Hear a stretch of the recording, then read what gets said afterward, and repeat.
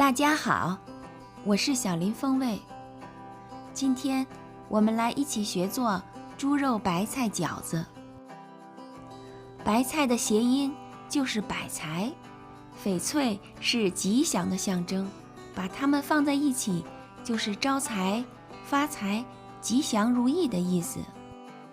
俗话说，舒服不如倒着，好吃不如饺子。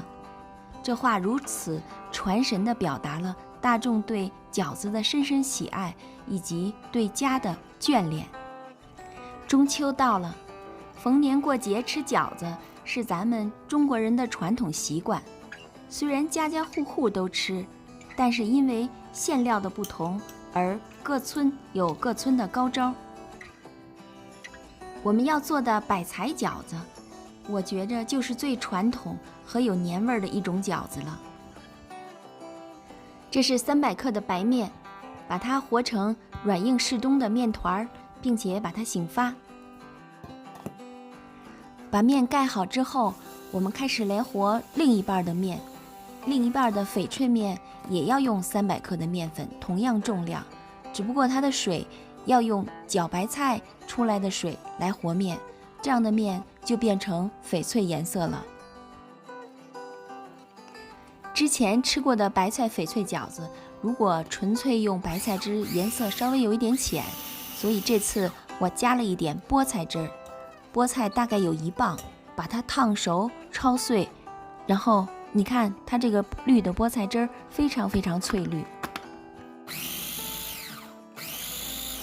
今天我用了1颗的白菜，我想多吃一点蔬菜，然后我把这个白菜焯碎了之后和菠菜汁儿一起用来和面，那个面就是翡翠的颜色。蔬菜汁要一点一点的往300克的面粉里加，当面粉和成的软硬程度跟第一块面一样的时候就可以了。留下的蔬菜汁儿，我们把它可以拌在饺子馅里，增加饺子的鲜嫩口感。2块面都准备好了之后，开始调馅儿。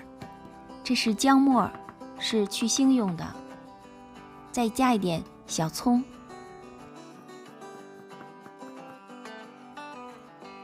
听一个故事里说，从前有一个饺子王，他在调馅的时候是不会让徒弟看见他调馅的顺序的，所以他调出的馅儿味儿美、汁儿多，而且从来不破皮儿。秘诀就是先放汁儿，最后用香油把它给包住。你看我们刚才多余的那点蔬菜汁倒进去之后，馅儿并没有很稀。现在我们顺序再把这些调味料、酱油、蚝油都倒好之后，一点一点的拌它。拌好的馅儿是这样的，稠稠乎乎，非常有粘性。这样我们把刚才搅好的白菜呢，因为没有汁儿了，很干，只是把它码在上面，等我们要包的时候再把它一起调匀。现在我们开始做翡翠白菜的皮。把醒发好的2坨面都拿出来之后揉匀，然后摁成这样的厚度，把它用刀切出长条。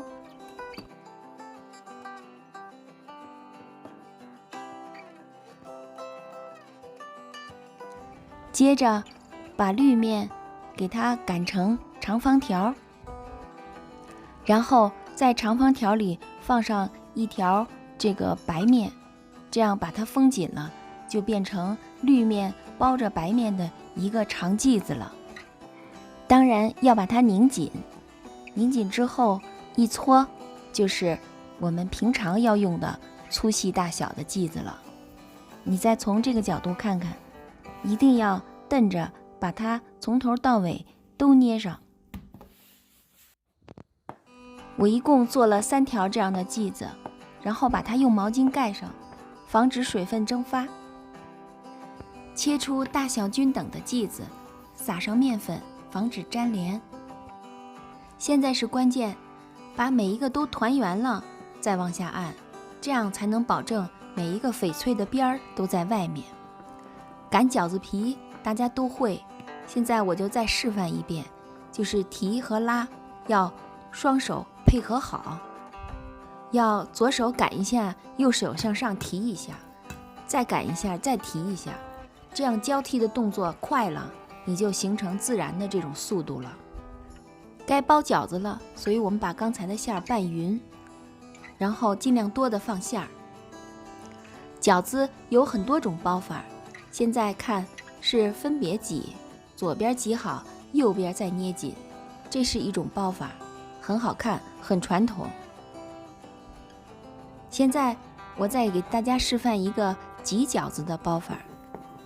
擀好皮之后呢，把馅儿放中间，尽量多的放，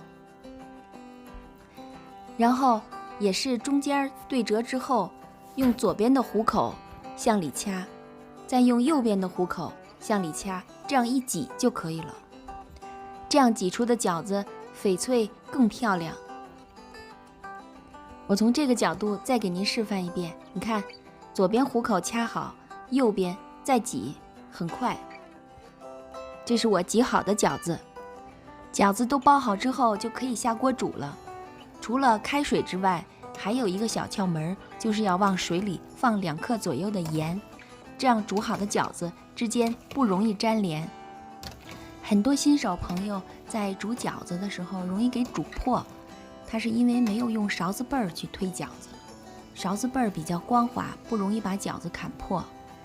另外，这么大的饺子最好中间点2次凉水，这样它成熟度会很饱满。